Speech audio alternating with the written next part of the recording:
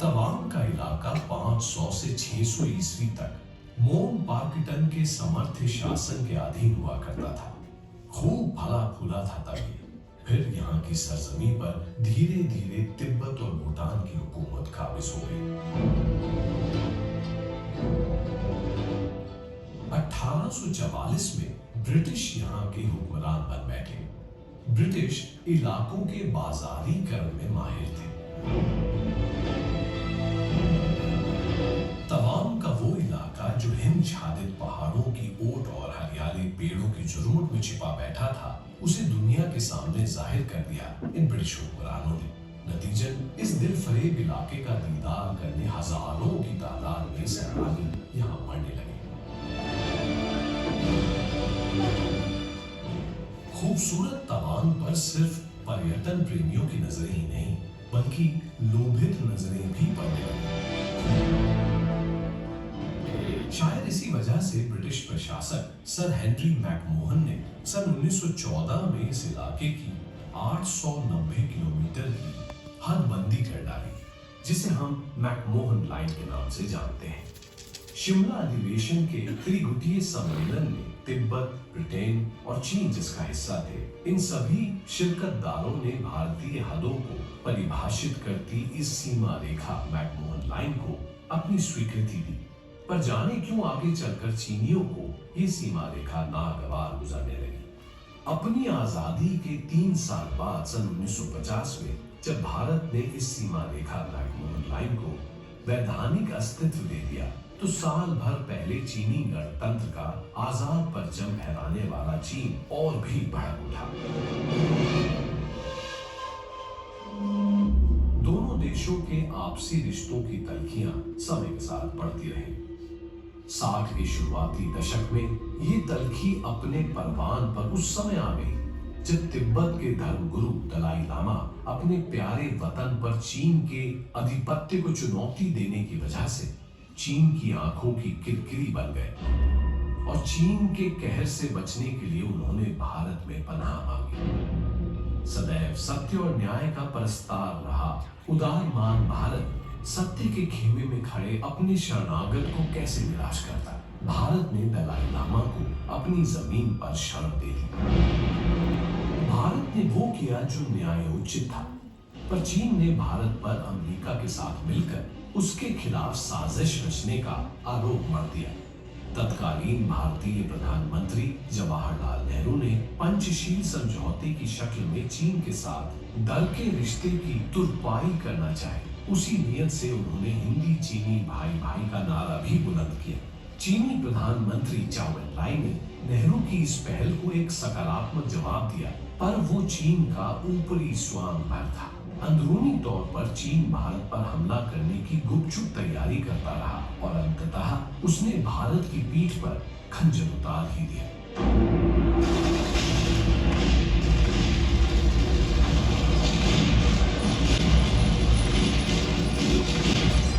जी हाँ, सन 1962 में चीन ने भारत पर औचक्के से आक्रमण कर दिया। भारत शांति और अहिंसा की प्रतिमूर्ति बुद्ध का भी देश था। तांडव करने वाले भीषण रौद्र रूप शिव का भी। बुद्ध के अनुगामी शांति के पैरोकार भारत ने भरसक कोशिश की कि मैत्रीपूर्ण संवाद के जरिए चीन के साथ विवाद का कोई शांतिपूर्ण हल ढूंढा जाए। पर चीन ने जब प्यार का प्रत्युत्तर छल बल से देकर भारत पर युद्ध थोप दिया, तो फिर जगह भारतीय सेना की भुजाओं में बसा भारत का रुद्र।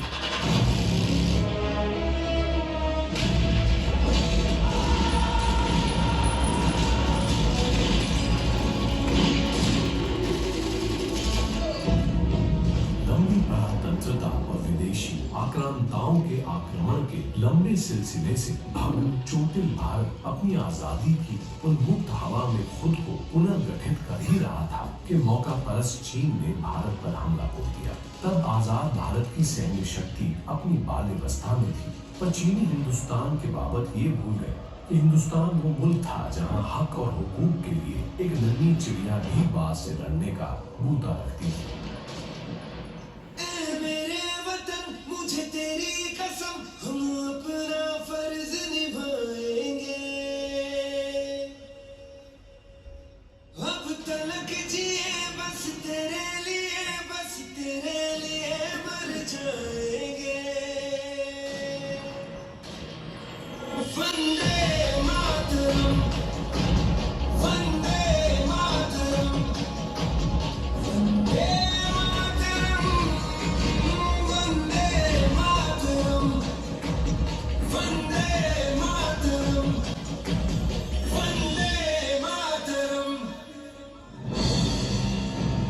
बेशक चीनी फौज तादाद और असले में हिंदुस्तानी फौज से अव्वल थी, पर तारीख गवाह है कि युद्ध हथियार से नहीं, ना ही तादाद से लड़ा जाता है।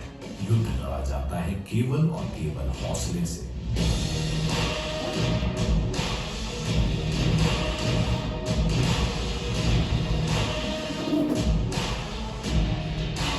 और हिंदुस्तानी सैनिकों का सीना तो हौसले का सबसे बड़ा असरनामा रहा है। ये हिंदुस्तानी वीरों का हौसला और पराक्रम ही है कि सदियों दर सदियों सैकड़ों आक्रमण झेल चुका हिंदुस्तान अब भी गर्वीली मुस्कान के साथ अशुद्ध अविजित खड़ा है। हिंदुस्तान हिंदुस्तानियों के इसी कभी न हार मानने वाले जज्बे पर मशहूर शायर इकबाल ने क्या खूब लिखा है। यूनान, मिस्र, रूमा सब मिट गए जहां से, बाकी अभी तलक है नामो निशा हमारा। कुछ बात है कि हस्ती मिटती नहीं हमारी, सदियों रहा है दुश्मन दौरे जहां हमारा।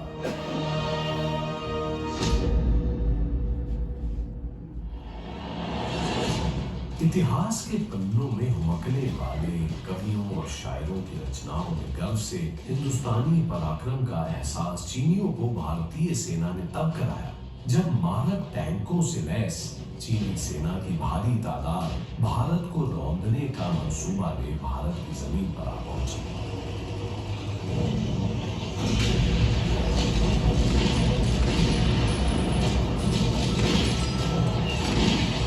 1962 के इस तांडवकारी युद्ध में भारत ने बेशक जान माल के नुकसान के लिहाज से मात खाई हो, पर उस युद्ध में मनोबल के मामले में, पराक्रम के प्रदर्शन के मामले में भारतीय सेनाओं ने चीन को अपना जौहर खूब दिखाया।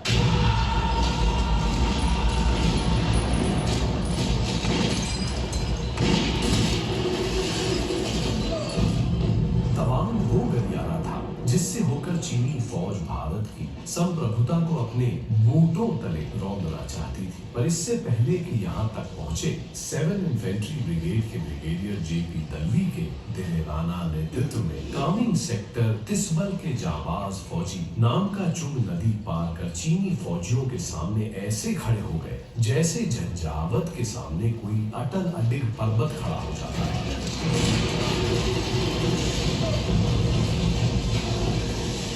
तवांग स्थित ब्रिगेड के अंतर्गत भारतीय सैनिकों की केवल 4 इन्फेंट्री बटालियन थी और सामने थी चीनी फौजियों की 24,000 की भारी तादाद।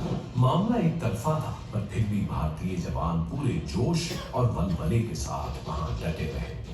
हम भारतीय जवानों को सिर्फ चीनियों की तोप बंदूक से रुआ नहीं देना था, उन्हें निपटना था चीनी फौजियों की अय्यारियों से भी। और यही वीरोचित आमने सामने की लड़ाई लड़ने वाले भारतीय जवान चुप गए। चीनियों की फौज की विशाल टुकड़ी ने इस मोर्चे पर भारतीय सैनिकों को उलझाए रखा और दूसरी ओर उनकी एक और बड़ी फौजी टुकड़ी ने 21 अक्टूबर के मनहूस दिन दूसरी दिशा से कम सैन्य तैनाती वाले भारतीय मोर्चे थांगला रेंज पर धावा बोल दिया। इस मोर्चे पर मौजूद मुट्ठी भर सैनिकों ने अदम्य साहस दिखाते हुए चीनी फौजियों की विशालकाय टुकड़ी को लोहे के चने चबवा दिए। बड़ी मुशक्कत और जान माल के काफी नुकसान के बाद ही चीनी फौज इस मोर्चे पर कब्जा कर पाई।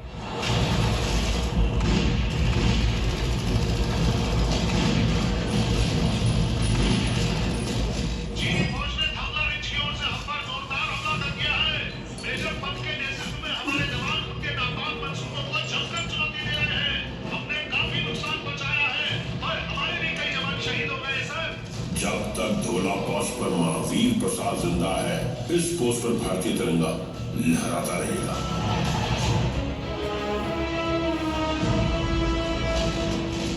चीन भारत पर ताबड़तोड़ चौतरफा आक्रमण कर रहा था। इसने 23 अक्टूबर को आसाम राइफल्स के पोस्ट बुमला पर भी जोरदार हमला बोल दिया। इस पोस्ट की कमान सूबेदार जोगिंदर सिंह के हाथों में थी। योगेंद्र सिंह, क्या खबर है?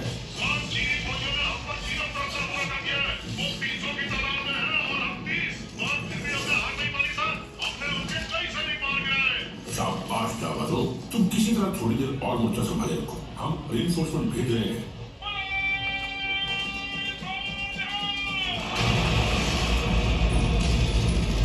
सूबेदार जोगिंदर सिंह ने अपने दिलेर साथियों के साथ मिलकर उस दिन हिम्मत की एक बेमिसाल इबारत लिख दी। दुश्मनों से लड़ते लड़ते उनका गोला बारूद सब खत्म हो गया। बचा तो सिर्फ हार न मानने वाला हौसला।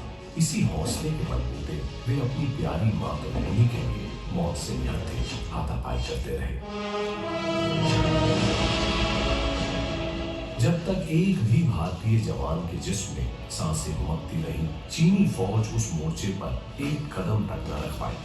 ये शेर दिल अपने दुश्मनों का दिल दहलाकर जब निष्प्राण हो गए, तभी इस मोर्चे पर चीन ध्वज लहरा पाया।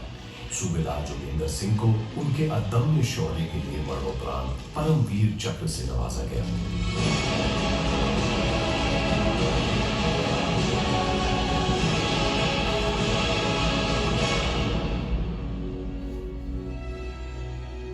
बाद में हिंदुस्तान के इस वीर सुपूत के अत्यंत ही शूरता भरे कारनामे की स्मृति में बुमला में एक स्मारक भी बनाया गया।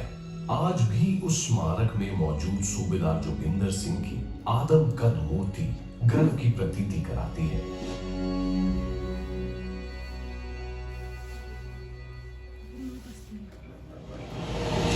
भारत का चीन से युद्ध सिर्फ युद्ध की एक कहानी मात्र नहीं, एक देश के लिए प्राणाहुति देने वाले भारतीय वीरों की आपसी होड़ की गर्वीली गाथा है, जिसे सुनकर हिंदुस्तानियों का सिर फख्र से ऊंचा हो जाता है।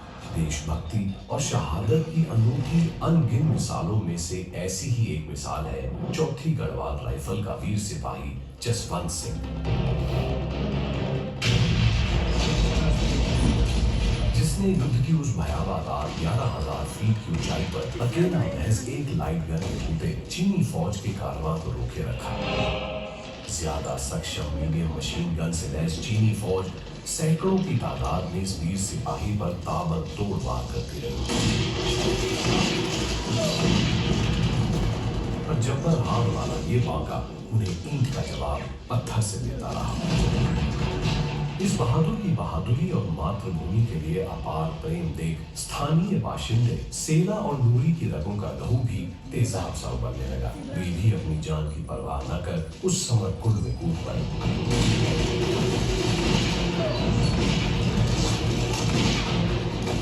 जसवंत सिंह अपनी बंदूक से एक एक कर दुश्मन को बेजान करता रहा, और जब जसवंत सिंह की गोलियां खत्म हो गईं, तो उसने निहत्थे ही चीनी फौज पर धावा बोल दिया।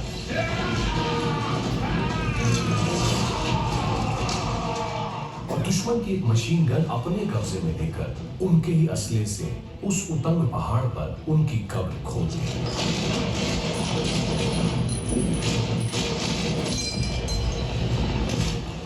जसवंत सिंह के अदम्य साहस के आगे दुश्मन टिक न सके और 300 चीनी सैनिकों की लाश के रूप में अपनी पराजय का साक्ष्य छोड़ वे भाग गए। अपने कर्तव्य का निर्वहन करने के बाद बुरी तरह घायल जसवंत ने मृत्यु को इजाजत दी कि वो उसे अपने आगोश में ले ले। पराक्रम के इस विरले प्रदर्शन के लिए जसवंत सिंह को मरणोपरांत महावीर चक्र से सम्मानित किया गया। लेकर जान हथेली पर कतरा कतरा कुर्बान तुझ पर,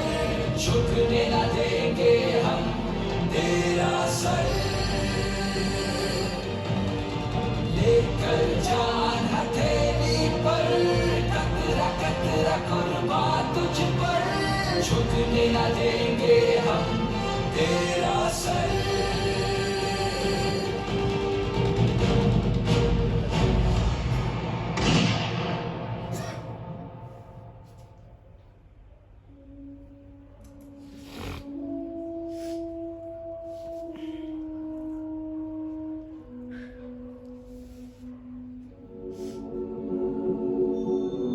भारत का ये वीर बांका मिटने वाला जज्बा हर हिंदुस्तानी के अंदर देश प्रेम का अलख जगाता रहता है। ऐसे ही कई भारतीय जाबाजों की अद्भुत दिलेरी की कहानी समाए तवांग का नामयान चोटन विजय स्तूप रेजिमेंट फ्लैग लहराता आन बान शान के साथ खड़ा है। ये सिर्फ विजय स्तूप नहीं है, बल्कि हिंदुस्तान के माथे पे लगा वो गौरवमयी तिलक है जिसमें हिंदुस्तान के 2420 वीर सपूतों का रक्त आहूत है। जीवन जो मिला था हमको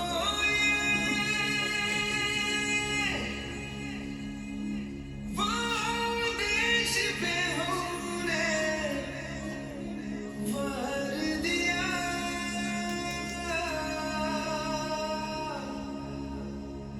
जो कर्ज था अपनी मिट्टी का वो हमने आज उतार दिया।